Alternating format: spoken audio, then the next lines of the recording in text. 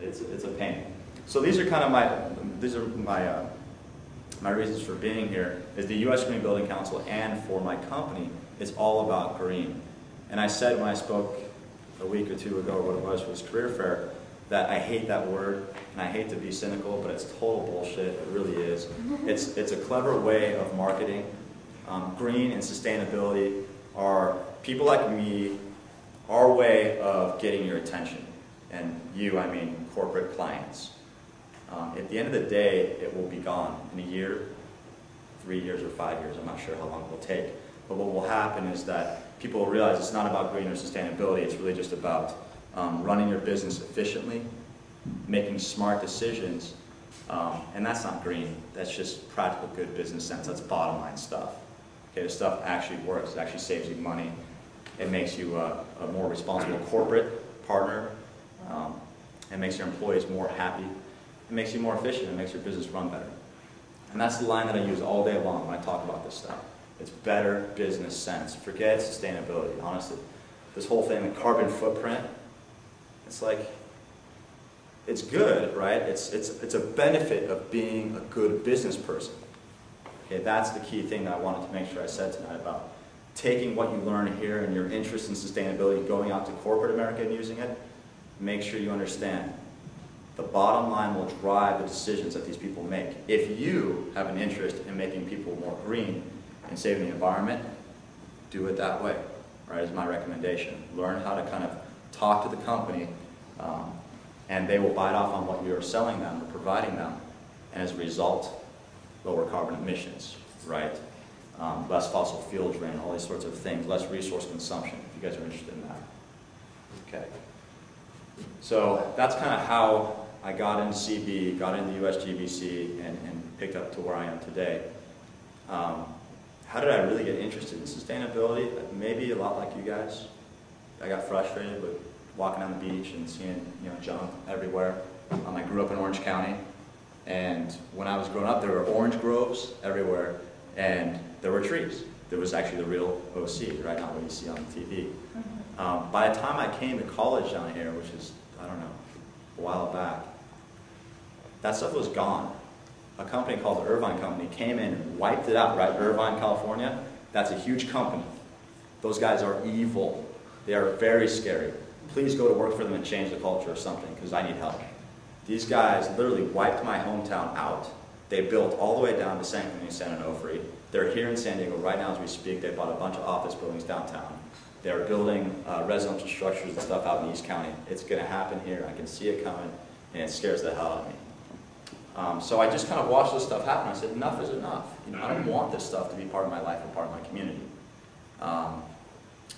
And that's how I folded my personal interest, and it became my professional passion. So that's how I got there, how I got interested in it. What do I do? I think we kind of covered that. Let me say a little bit about LEED and the U.S. Green Building Council, because apparently it's something that we need to discuss. So the USGBC, it's a national organization focused on green building. Okay? It could be medical office, it could be campus environments, it could be standard office structures, industrial warehouse stuff, anything. We do it all. We're the biggest organization of our kind in the nation, and we exist in Canada as well. We're working on rolling out worldwide. There are competing standards in Europe, but we intend to kind of consolidate and go over there as well. And so what's it work, or how does it work? It works like this. If you have a building and you want to make it green, right, you follow a point schedule, depending on what type of building you are. And basically, you can get anywhere from 0 to, depending on the program, maybe like 40 or 50 or 60 points, something like that. And when you reach certain point levels, you get graded, right, just like you do in class. Certified, silver, gold, platinum. And what it basically says is your building has lower carbon emissions, runs more efficiently, less potable water use, all these sorts of good things. And so my organization is a nonprofit, and we try and advocate doing this. It exists big time in LA, San Francisco, New York. If you're in LA, San Francisco, New York, and you want to build a commercial building over 5,000 square feet, you cannot not build it LEED. You have to do this.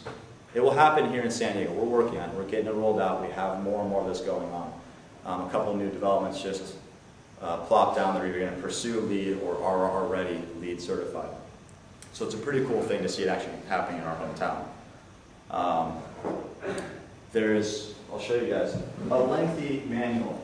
If you want to do this stuff, this is just one. This is my reference guide because I'm going to take the test in a couple weeks. And you can see, I mean, it is dense.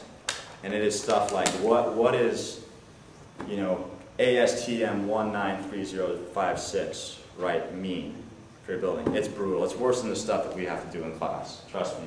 I took a lot of tests. But apparently people can pass this thing. And there's about 50,000 LEED APs, which is what you're called when you finish that exam. And you can go out and be a consultant and earn money helping people take their buildings green. It's a booming business. People are earning some serious cash. They're working with architecture firms, development teams like Swinnerton. It's building a lot of projects downtown, green. So there's money in this stuff, big time, if you're interested. Let me think, what else can I say? So that covers USGBC and LEED, I hope. Are there any questions on stuff I've said this far? No? All right. The stuff that I really want to get into, I think, you know, with you guys being students, it was a couple of years ago that I was here. And so I really remember grinding through my tests and trying to figure out what the hell I was going to do. And I'd been in commercial real estate for a few years. I'd gone back to school. And when this opportunity came by, I didn't see it for what it really is. But I can tell you some things that helped me figure out the signs that it could be a good opportunity. The guy that introduced me to the managing directors at my firm is a guy I played water polo with. And he'd been in the business for 22 years.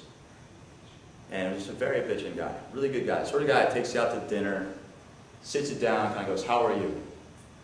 What are you up to? What are you interested in? Not that I knew him all that well. And I can say this to you guys, if you're going out and you're looking for opportunities, and you're looking at unpaid internships, or you're looking at kind of stuff you're going, I don't know, I need some cash bad, but I don't know about this firm or these people, I would strongly advise that you listen to your gut and stuff like this.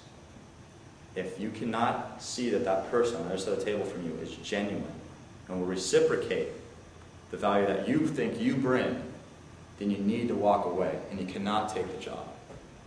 Okay? I've seen a lot of my friends walk into bad deals and they did it because they needed some cash. And I understand, it's brutal, but go work the bar. You'll drink a lot more and you'll have fun and you'll make more cash. Okay? Swear to God, I did it. And it was amazing. It was like the most lucrative job I'd ever had. And bide your time, all right? And meet people and network. That's probably the second thing. I met the guy that I played water polo with, you know, through sports and networking.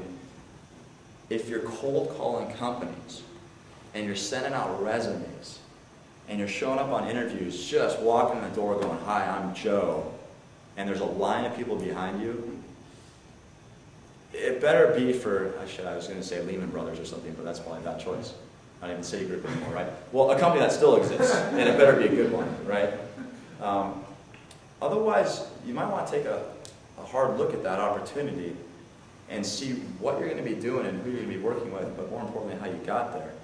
If you're walking in the door, that company is just looking for, you know, fresh meat, churn and burn stuff. If they can make a good value proposition, they'll invest in you, you know, maybe go back for the second interview. The point is, you got to know people. People get this done. I haven't done any deals